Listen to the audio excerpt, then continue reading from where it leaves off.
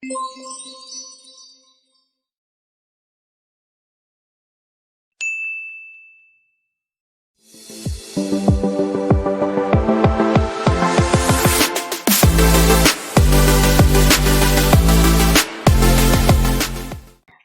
adik-adik Ajar Hitung, kembali lagi dengan video baru dari Ajar Hitung. Hari ini kita mau membahas soal tentang segitiga dan segi empat. Video ini adalah video part pertama, kita nanti mau membahas soal nomor 1 sampai 13.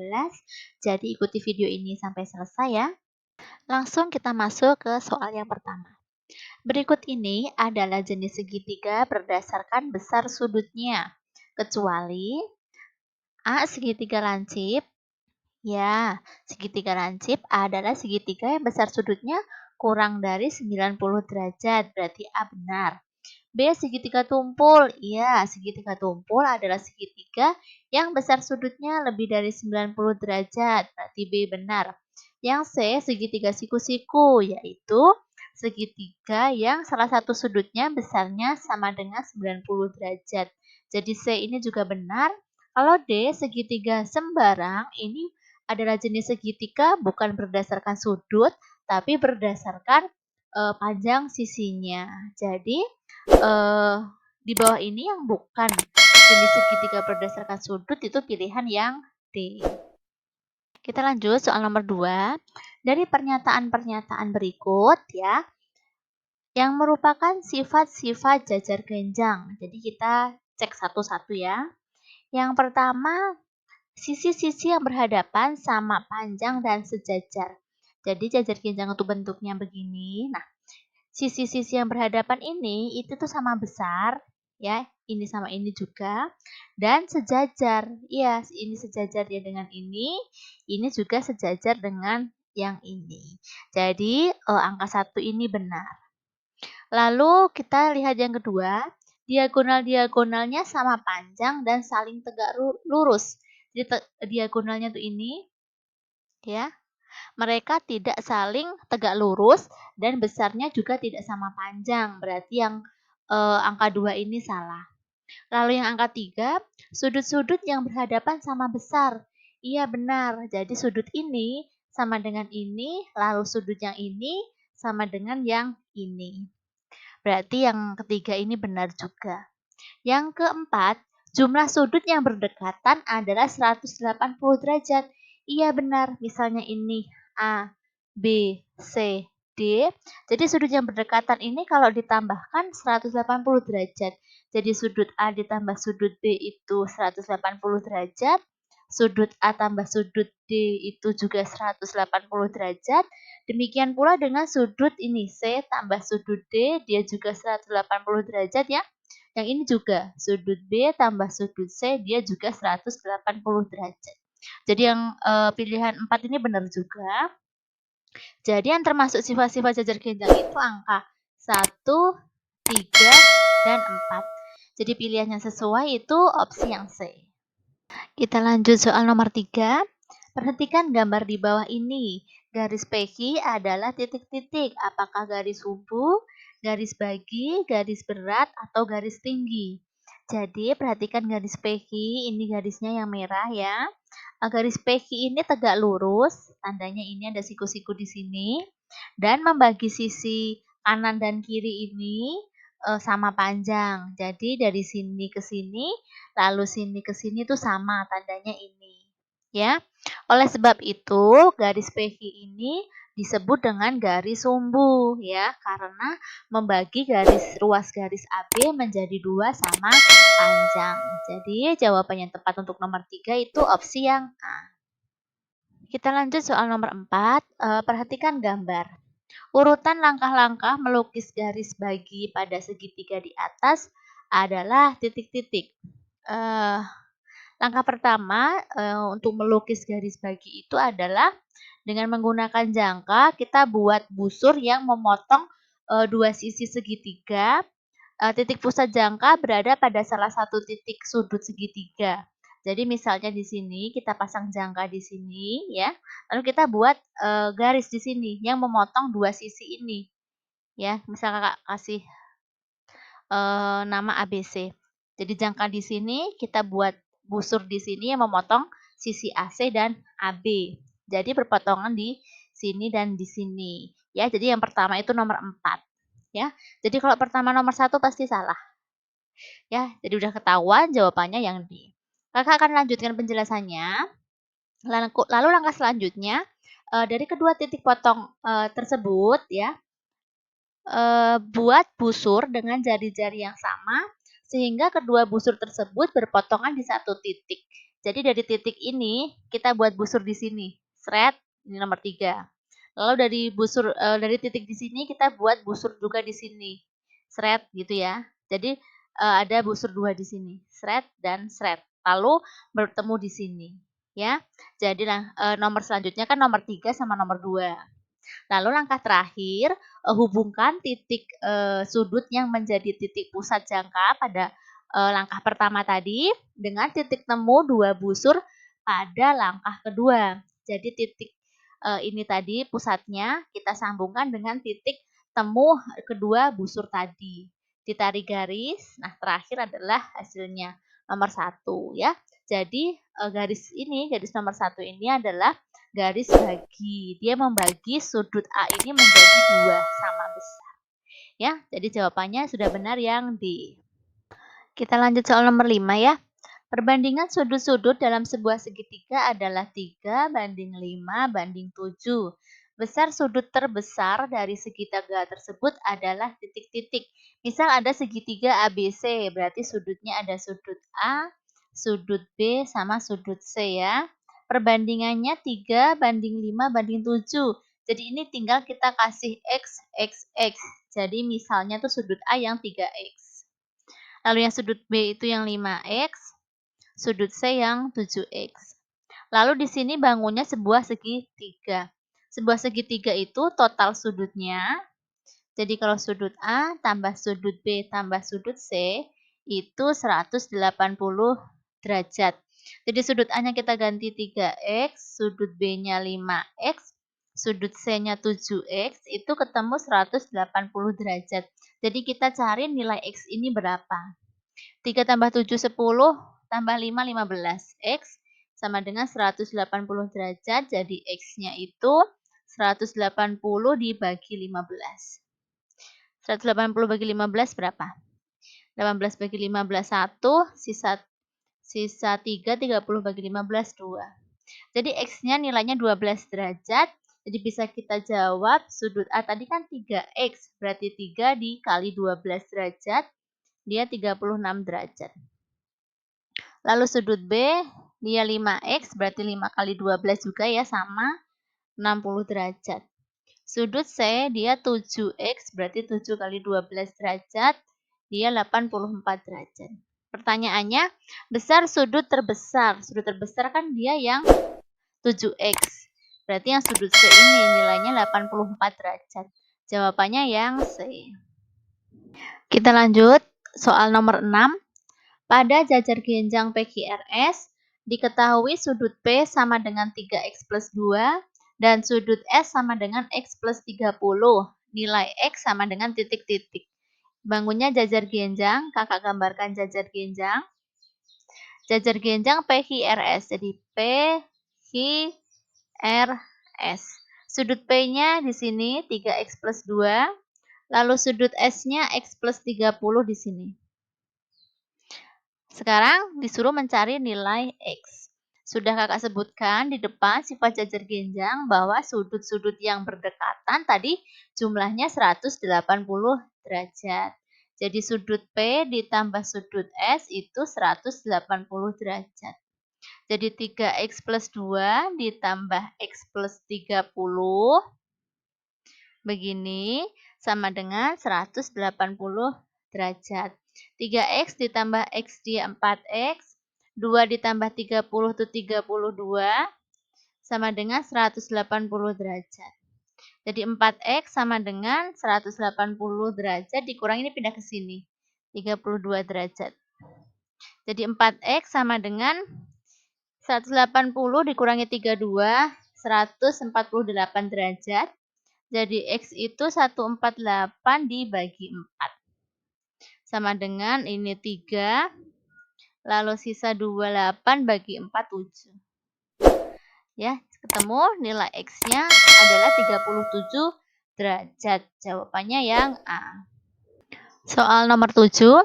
Persegi panjang dengan panjang X cm dan lebar Y cm mempunyai keliling titik-titik cm. Diketahui P-nya itu X, lalu lebarnya Y.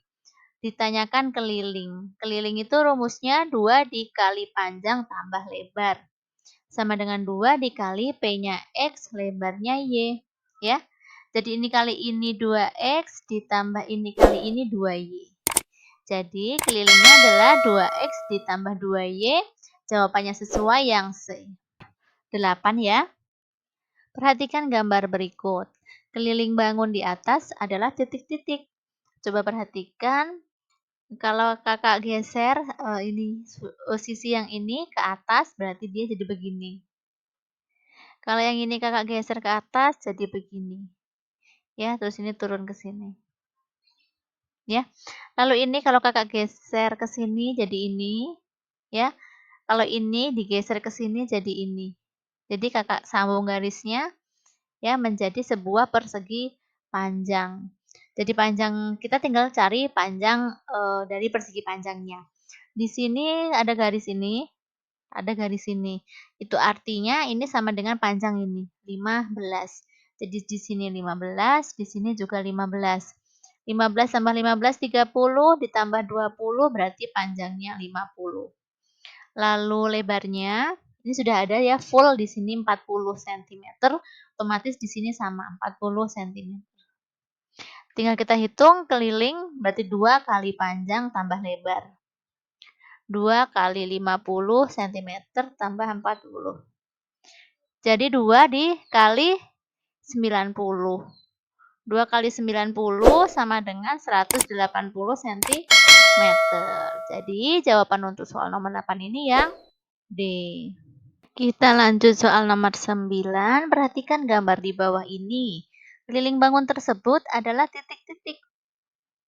Jadi kalau ini kakak naikkan ke sini, jadi begini ya ini. Kalau ini kakak bawa turun ke bawah, jadi begini. Terus yang ini kakak tarik ke sini jadi begini. Ya. Kalau untuk yang 2 ini berarti enggak bisa dipindah ya, karena di sini udah sisinya penuh. Jadi kita tinggal hitung. Ini 15, berarti di sini 15. Ini sama, berarti dia 9. Terus sudah semua ya, berarti kita hitung panjangnya dulu. Panjangnya berarti dari sini sampai sini 18 tambah 15 berarti 33. Lalu lebarnya berarti ini dari sini sampai sini 32. Berarti kelilingnya 2 kali 33 ditambah 32 ditambah lagi dengan ini. 11-nya masih ada 2. Karena ini nggak bisa kita geser. Jadi ditambah 2 kali 11. Sama dengan 2 dikali 33 tambah 32 berarti 65. Ditambah 2 kali 11, 22. 65 kali 2 berarti 130 ditambah 22 sama dengan 152 cm.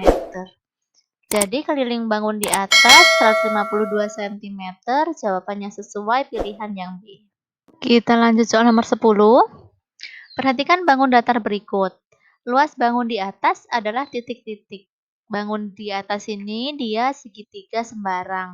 Jadi kita tidak bisa mencari luasnya dengan rumus tengah kali alas kali tinggi. Jadi kita gunakan rumus L itu adalah akar dari S dikali S dikurangi A kali S kurangi B kali S kurangi C. Lalu S itu sendiri adalah setengah dari keliling segitiga. Jadi kita tentukan misalnya A-nya ini, lalu ini B-nya, lalu ini C-nya. Jadi kita tentukan dulu S-nya, jadi setengah kali keliling segitiga itu tinggal ditambah-tambah aja sisinya ya. Jadi 10,5 ditambah 8,5 ditambah 5. Setengah dikali 10,5 tambah 8,5 itu 19. 19 tambah 5, dia 24 ya. Setengah kali 24 berarti dia 12. Jadi S-nya 12. Lalu kita baru bisa cari L-nya.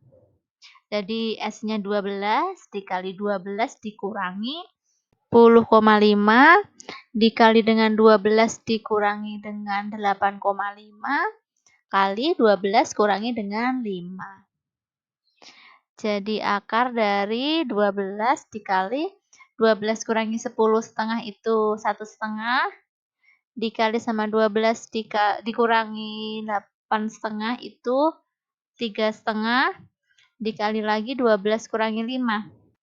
7 ya. Terus kita kali 12 kali 1,5 berarti dia 12 ditambah dengan 6 18. 18 kali 7 dulu 6 5 126 kita kali 3,5 03 ini 10 13 1 6 18 1 7 3 0 11 1 13 1 4. Oh ini nyimpan 1 14. Terus ada koma 1 ya. Jadi akar dari 441. Akar 441 berapa? 21 cm persegi. Jadi luas bangun di atas adalah 21 cm persegi, opsi yang D. Lanjut nomor 11 ya. Luas satu persegi 36 cm persegi. Keliling persegi tersebut adalah titik-titik. Sebelum menentukan kelilingnya, kita cari dulu panjang sisi dari persegi. Sisi dicari dengan cara akar dari luas. Jadi luasnya diketahui 36, berarti akar dari 36 sama dengan 6 cm. Kalau sisinya udah tahu 6 cm, baru kita cari kelilingnya, rumusnya 4 kali sisi. Jadi 4 dikali 6 cm sama dengan 24 cm. Jawaban yang benar opsi yang B. Kita lanjut soal nomor 12. Luas bangun persegi panjang adalah 135 cm persegi. Jika perbandingan panjang dan lebarnya adalah 3:5, keliling persegi panjang tersebut adalah titik-titik. Jadi di soal diketahui luas persegi panjang itu 135, lalu panjangnya diketahui, ini nih bentuknya perbandingan, jadi kita tambah X gitu ya. Jadi ini panjangnya, ini lebarnya, tinggal kita tambah X. Jadi P-nya 3X, lalu lebarnya 5X. Jadi kita jabarkan dulu, ini luas kan P kali L. Nah, luasnya sudah diketahui 135, kita ganti sama dengan P-nya 3X dikali lebarnya 5X. 135 sama dengan 3X kali 5X, 15X kuadrat. Jadi X kuadrat itu 135 dibagi dengan 15. X kuadrat sama dengan 9. X kuadrat 9. Jadi X itu akar dari 9. X-nya sama dengan 3. Ya. Kalau X-nya udah tahu 3, berarti kita bisa tentukan panjangnya. Panjangnya tadi 3X. Jadi 3 dikali 3 karena X-nya 3. 9 cm. Lalu lebarnya 5X, jadi 5 kali 3 sama dengan 15 cm. Sekarang pertanyaannya, keliling persegi panjang tersebut. Keliling sama dengan 2 kali panjang ditambah lebar. 2 dikali panjangnya 9 cm, terus lebarnya 15 cm. Jadi 2 dikali 9 tambah 15, 24. Sama dengan 48 cm. Jadi jawabannya untuk keliling persegi panjang soal nomor 12 ini opsi yang D. Nomor 13, nomor terakhir untuk video ini. Jadi kalian yang belum subscribe, kakak ingatkan jangan lupa subscribe channel ini. Supaya nanti kalau kakak update video part kedua, kalian tidak ketinggalan. Kita kembali lagi ke soal. Luas belah ketupat 96 cm persegi. Dan panjang salah satu diagonal adalah 24 cm. Panjang diagonal lainnya adalah titik-titik. Bangunnya adalah belah ketupat, lalu diketahui di sini luas. Di luasnya itu 96. Lalu diketahui salah satu diagonal, jadi di 1, 24 cm. Kita jabarkan dulu ya rumus luas. Berarti setengah kali D1 kali D2 ya. Luasnya sudah kita tahu 96. Setengah dikali D1-nya 24. D2-nya belum tahu. Kita coret ya. Jadi 96 itu 12 D2. Jadi kalau mau cari D2, 96 dibagi 12. Diagonal 2-nya berarti berapa? 8 cm. Jadi dapat disimpulkan bahwa panjang diagonal lainnya adalah 8 cm, opsi yang A.